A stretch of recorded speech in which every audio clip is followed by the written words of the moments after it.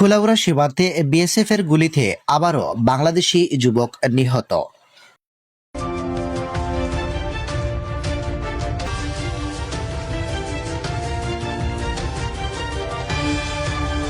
মৌলভীবাজারের কুলাউড়া সীমান্তে ভারতীয় সীমান্তরক্ষী বাহিনী বিএসএফ এর গুলিতে তারামিয়া নামে ২০ বছর বয়সী এক বাংলাদেশি যুবক নিহত হয়েছেন। ঘটনাটি ঘটেছে কুলাউড়ার উপজেলার প্রীতিমপাশা ইউনিয়নের বিপরীতে ভারতের অভ্যন্তরে মারগুলি এলাকায়। নিহত তারামিয়া কুলাউড়া উপজেলার কর্মদা ইউনিয়নের মড়ইছড়া বস্তি এলাকার আব্দুল মালিকের ছেলে।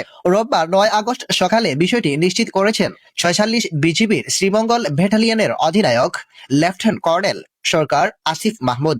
বিজিবির এই কর্মকর্তা জানান, রোববার ভোর আনুমানিক ৪টার দিকে কুলাউড়ার সীমান্তের অপারে ভারতের মারগুড়ি এলাকায় প্রায় ৫০০ গজ অভ্যন্তরে এক দল চোরাকার বাড়ির যাওয়ার সময় বিএসএফ গুলি চালায়।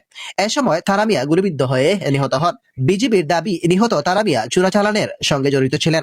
ঘটনার পর তার সঙ্গে থাকা অন্য সহযোগীরা সেখান থেকে পালিয়ে বাংলাদেশে ফিরে আত্মগোপনে চলে যান বলে জানিয়েছে বিজিবি। বিজিবি আরো জানিয়েছে, নিহত তারামিয়ার বিরুদ্ধে চোরাচালানের একটি মামলা রয়েছে। ঘটনার বিষয়ে আরো বিস্তারিত তথ্য জানতে সংশ্লিষ্ট কর্তৃপক্ষের সঙ্গে যোগাযোগ এবং প্রয়োজনীয় তথ্য সংগ্রহের কাজ চলছে বলে জানিয়েছে বিজিবি। এদিকে স্থানীয় সূত্রে জানা গেছে, নিহত তারামিয়ার মরদেহ বর্তমানে ভারতের উনকুটির জেলার ইরানি থানার মারগুলি এলাকায় রয়েছে। সীমান্তের অপারে মরদেহ থাকা সেটি দেশে ফিরিয়ে আনার বিষয় এখন গুরুত্বপূর্ণ হয়ে উঠেছে।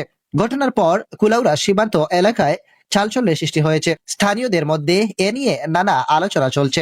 তবে ঠিক কি পরিস্থিতিতে বিএসএফ গুলি চালিয়েছে, সেখানে কতজন ছিলেন এবং গুলিবর্ষণে পুরো ঘটনা কিভাবে ঘটেছে, এসব বিষয়ে আরো বিস্তারিত তথ্য জানা যায়নি।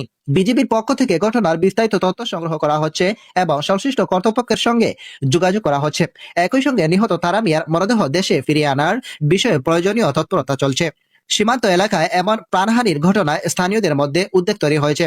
সীমান্তে চোরাচালান বন্ধের আইনশৃঙ্খলা বাহিনীর কঠোর নজরদারির পাশাপাশি সীমান্তবাসীর নিরাপত্তা নিশ্চিত করার দাবিও জানিয়েছেন স্থানীয়রা। তবে এ ঘটনায় বিএসএফ এর পক্ষ থেকে কোনো বক্তব্য পাওয়া গেছে কিনা তাৎক্ষণিকভাবে জানা যায়নি। এখন মরদেহ দেশে ফিরে আনা ঘটনার প্রকৃত কারণ এবং গুলিবর্ষণের পরিস্থিতি সম্পর্কে বিস্তারিত তথ্য পাওয়ার অপেক্ষায় রয়েছে নিহতের পরিবার ও স্থানীয়রা। বিজিবির তথ্য অনুযায়ী নিহত তারামিয়ার বিরুদ্ধে চোরাচালানের একটি মামলা রয়েছে এবং তিনি চোরাচালানের সঙ্গে জড়িত ছিলেন বলে দাবি করছে সীমান্তরক্ষী বাহিনী।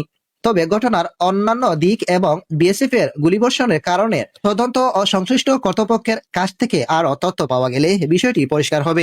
কুলাউড়া সীমান্তে এই ঘটনায় একজন বাংলাদেশি যুবকের মৃত্যু হয়েছে। এখন সংশ্লিষ্ট কর্তৃপক্ষের তৎপরতায় মরদেহটি দ্রুত দেশে ফিরিয়ে আনার এবং ঘটনার বিস্তারিত তথ্য সামনে আসবে, এমনটাই প্রত্যাশা স্থানীয়দের। MD Rahi, Moulvibazar news 24।